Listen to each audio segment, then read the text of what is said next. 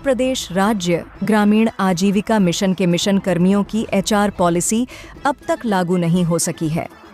Deputy CM Keshav Prasad Maurya ने प्रदेश अध्यक्ष योगेश मोगा से मुलाकात में यह कहा कि दिवाली के बाद इस मामले पर फिर से चर्चा की जाएगी।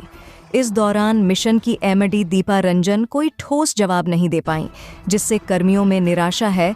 29 अक्टूबर को होने वाली गवर्निंग बॉडी की बैठक भी स्थगित कर दी गई है। प्रदेश अध्यक्ष योगेश मोगा ने इस मुद्दे पर डिप्टी सीएम से मुलाकात की और कर्मियों की समस्याओं को उनके सामने रखा। उल्लेखनीय है कि विगत 10 वर्षों से मिशन कर्मी अपने अधिकारों और एचआर पॉलिसी की मांग को लेकर संघर्षरत हैं। लगभग 1 वर्ष पूर्व एक बड़ा आंदोलन भी किया गया, जिसमें 71 दिनों तक मिशन कर्मी बैठे रहे, लेकिन अब तक कोई ठोस परिणाम नहीं निकला है। योगेश मोगा का कहना है कि प्रदेश के मिशन कर्मी लंबे समय से अपने हक के लिए लड़ाई लड़ रहे हैं, लेकिन उनकी समस्याओं का समाधान नहीं हो पा रहा है। अब वे इस मुद्दे पर सशक्त कदम उठाने की योजना बना रहे हैं और उम्मीद कर रहे हैं कि दीपावली के बाद इस मामले में कुछ ठोस निर्णय लिया जाएगा।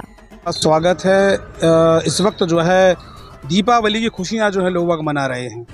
हर जगह जो है खुशियां ही खुशियां दिखाई दे रही हैं।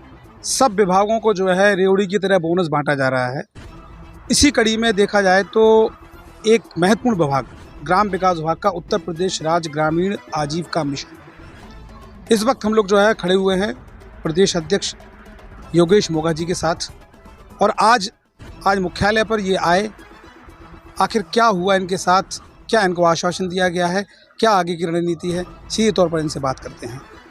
10 सालों के बावजूद भी आपको ये बता दें कि 10 सालों के बावजूद भी कई आंदोलन हुए और जो पिछला आंदोलन था 1 साल उसको हो चुका है। लगातार 71 दिन जो है इको गार्डन में ये लोग लावारिशों की तरफ पड़े रहे, लेकिन कोई सुनने वाला नहीं है, कोई पुरसाने हल नहीं है। इसी कड़ी में आखिर क्या आगे की रणनीति है, जानने के लिए प्रदेश अध्यक्ष मोगा जी से आपको रूबरू कराते हैं। सर, क्या कहना चाहेंगे आप, क्या हुआ आज जो है? जो हमारे पास सूचना थी 29 तारीख को गवर्निंग बॉडी की बैठक कराई गई थी, इसका हम पिछले 1 साल से इंतजार कर रहे थे, क्योंकि संदर्भ ये है कि हम लोगों के 10 साल से जो लाभ लंबित थे उनको वित्त विभाग से उन पे संतुष्टि ली गई। वित्त विभाग द्वारा बताया गया कि आपकी गवर्निंग बॉडी के द्वारा जो भी अनुमोदन प्राप्त हो और भारत सरकार की जो पॉलिसी हो उसके हिसाब से आपको लाभ दे दिए जाएं। मिशन द्वारा ये कहा गया कि हम गवर्निंग बॉडी की बैठक में इसको पास करा लेते हैं, लेकिन उस टाइम पे आचार संहिता का समय था, तो बाद के लिए जीबी को रखने की बात हुई। लगातार 1 साल तक मिशन द्वारा जीबी नहीं कराई गई और अब जब जीबी कराने जा रहे थे 29 तारीख का जो आनंद फानन में डेट आई थी, उसमें यह था कि हमारे एचआर के मुद्दे नहीं सम्मिलित किए जा रहे थे। इसी चीज़ को देखते हुए पूरे प्रदेश की तरफ से सहमति बनी कि इस पे अपना विरोध दर्ज किया जाए, मिशन मुख्यालय में पूछा जाए कि ऐसा क्या कारण है कि जिसके लिए हम कर्मचारी इतने दिनों से वेट कर रहे हैं और जिस चीज़ के लिए हमें आश्वासन मिला था कि आपकी मांगे जो हैं इस जीबी में रख करके उसको पास कराया जाएगा, लेकिन आपकी मांगे रखी ही नहीं जा रही, इसका क्या कारण है। तो इसको लेकर के आज हम मिशन मुख्यालय में मिले। एमडी महोदया से हमारी बात हुई, उनके द्वारा बताया गया कि सिर्फ कुछ ही त्वरित चीज़ों के लिए ये जीबी रखी जा रही है। एनआरटीपी की सैलरी का कुछ इशू है, उसको इसमें रखा है और कुछ अन्य विषय हो सकते हैं। और मुद्दों को रखने के लिए जो भारत सरकार की नई पॉलिसी आ रही है उस पे हम लोग चर्चा करेंगे और आप लोगों को जो अब लाभ होंगे वो पुरानी पॉलिसी के हिसाब से ना होकर के नई पॉलिसी के हिसाब से दिए जाएंगे। तो इसमें हमारी तरफ से थोड़े से आपत्तियां हैं। कारण क्या है कि 10 साल से हम पुरानी पॉलिसी को देखते हुए लाभ की मांग करते रहे, उसमें भी हमारे लिए बहुत कुछ था। आज 10 साल तक वो लंबित रहा, 11वें साल नई पॉलिसी आ जाती है और उसके इम्प्लीमेंटेशन करके देने की बात की जाती है, तो 10 साल हमारे कहाँ गए, वो 10 साल का लाभ हमारा कहाँ गया। तो ये तो हमारे सामने ठगता जैसी है। और नई पॉलिसी भी अब आएगी, उसको जीबी में रखेंगे, स्टेट उसे अपने हिसाब से बात करेगी, वित्त विभाग उस पर परमिशन देगा, फिर उसके बाद जीबी उसे पास करेगी, तो फिर वो अंतहीन प्रोसेस चलेगा। तो इतना कॉमन सेंस तो सभी के पास है कि ये तो हम जीबी खेल रहे हैं, ये तो हम शासन खेल रहे हैं, फाइल खेल रहे हैं, और इसका मतलब कि कर्मचारियों को कुछ दिया नहीं जाना है। तो ये तो उनके साथ ब्रीच ऑफ कॉन्ट्रैक्ट है, उनके साथ एक तरह से धोखा है। तो उसके लिए हम लोगों ने आज मिला तो एमडी मैडम ने कहा कि मेरे स्तर से आगे की बात है, आप एपीसी मैडम से इस बारे में मिलिए। तो हमने उनसे टाइम चाहते हुए मिलने की हमारी चेष्टा है। तो आगामी दिनों में एपीसी मैडम से भी इसके लिए मुलाकात होगी। दूसरे क्रम में आज हम डिप्टी सीएम साहब से मिले। उनके द्वारा बताया गया कि भाई आप दिवाली के बाद हमसे पुनः मिल लीजिए, ये चीज़ें हमारे संज्ञान में आई हैं। आपके बहुत थोड़े से मुद्दे रख करके जीबी कराई जानी थी, लेकिन सहमति बनने के बाद जो अन्य मुद्दे हैं उनको भी सम्मिलित किया जाएगा। तो दिवाली बाद इस पे उन्होंने अगली बैठक का समय दिया है कि आप एक बार पुनः मिल लीजिएगा, और मिलने के बाद उम्मीद ये है कि हमारे जो जीबी के मुद्दे थे उनको भी डाला जाएगा, और फिर उसके बाद उम्मीद ये है कि हमारी मांगों में को सम्मिलित कर लिया जाएगा और तभी जीबी होगी, ऐसा हम लोग उम्मीद करते हैं। पूरे मिशन की अगर हम बात करें, पूरे प्रदेश के 75 जनपद की नज़रें इस वक्त आप पे टिकी हुई हैं। क्या कहना चाहेंगे कि आगामी दिनों में अगर आपकी ये बात जो है स्वीकार नहीं की गई तो आगे की रणनीति क्या होगी? देखिए, बिल्कुल क्लियर कट है कि हमारी मांगों के लिए, हमारे मुद्दों के लिए हमें ही पहल करनी पड़ेगी।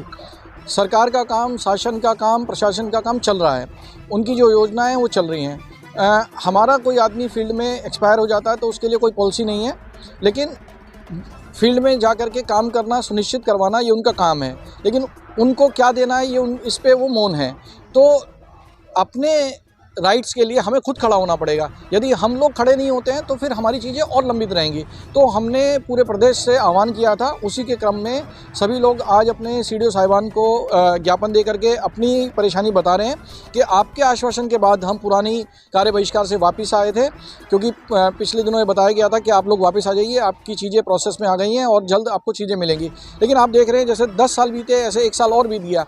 तो आप ये ऐसी क्या व्यवस्था है, ऐसा क्या मजबूरी है कि आपके बिना फील्ड में आए, आपके आंदोलन किए बिना, आपके हड़ताल किए बिना वो उनके कान पे जूं क्यों नहीं रेखती है? तो यदि उनको जगाने से ही जागना है तो फिर हमें जगाते रहना पड़ेगा और हमें सोना नहीं है, हमें उन्हें जगाना है और जगा के ही हमारी मुहिम पूरी होगी। तो हमारा सभी मिशन कर्मियों से ये आह्वान है कि भाई आप अपने ब्लॉक स्तर पे, अपने जनपद स्तर पे, राज्य स्तर पे जो भी आपकी कलेक्टिविटी मुहिम हो उसमें आपको प्रतिभाग करना है। और यदि आप सो गए तो आपकी मांगें सो जाएंगी, आपके लाभ सो जाएंगे, और जो जिस स्थिति में आप हैं वही स्थिति बनी हुई थी, ऐसे 1 साल और बीत गया।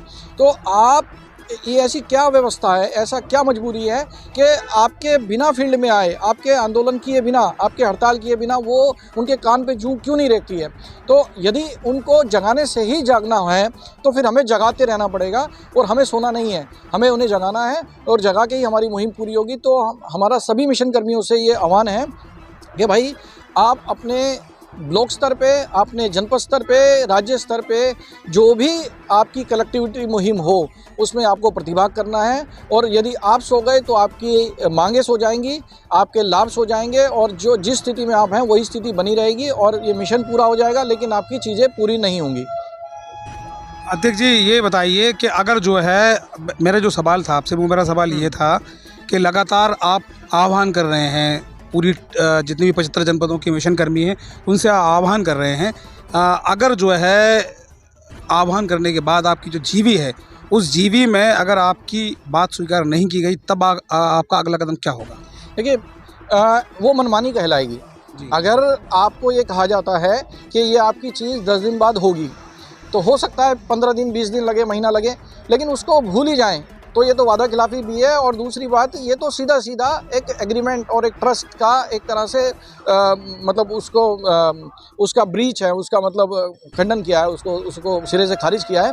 तो ऐसे केस में तो आप ये मानते हुए कि आपके चीज़ें वो मना कर दी गई हैं, तो आपको उसका प्रतिकार करना पड़ेगा। प्रतिकार क्या, कर्मी के पास क्या तरीका है?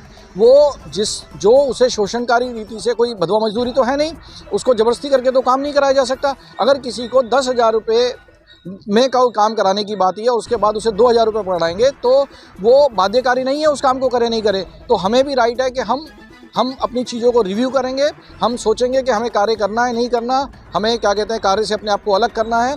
तो ये चीज़ें हमें प्रतिकार रूप से करनी पड़ेंगी, इसके लिए हम मजबूर होंगे। इसका पूरा उत्तरदायित्व मिशन पर है, पूरा उत्तरदायित्व एग्जीक्यूशन पे है, जिनको ये इम्प्लीमेंट कराना था। सीधे तौर पर मोगा जी से जो मेरी बात हुई, उन्होंने अपने पूरे वक्तव्यों में ये बात रखी है कि अगर मिशन उत्तर प्रदेश राज्य ग्रामीण आजीविका मिशन की इतनी महत्वपूर्ण योजना, जिसमें ग्रामीण क्षेत्र की महिलाओं को सेल्फ हेल्प ग्रुप के माध्यम से आर्थिक रूप से मजबूत और सामाजिक रूप से मजबूत बनाया जाता है। अगर पूरा नहीं होता है तो ये समझ लीजिएगा कि पूरा का पूरा ठीकरा मिशन के ऊपर फोड़ दिया जाएगा।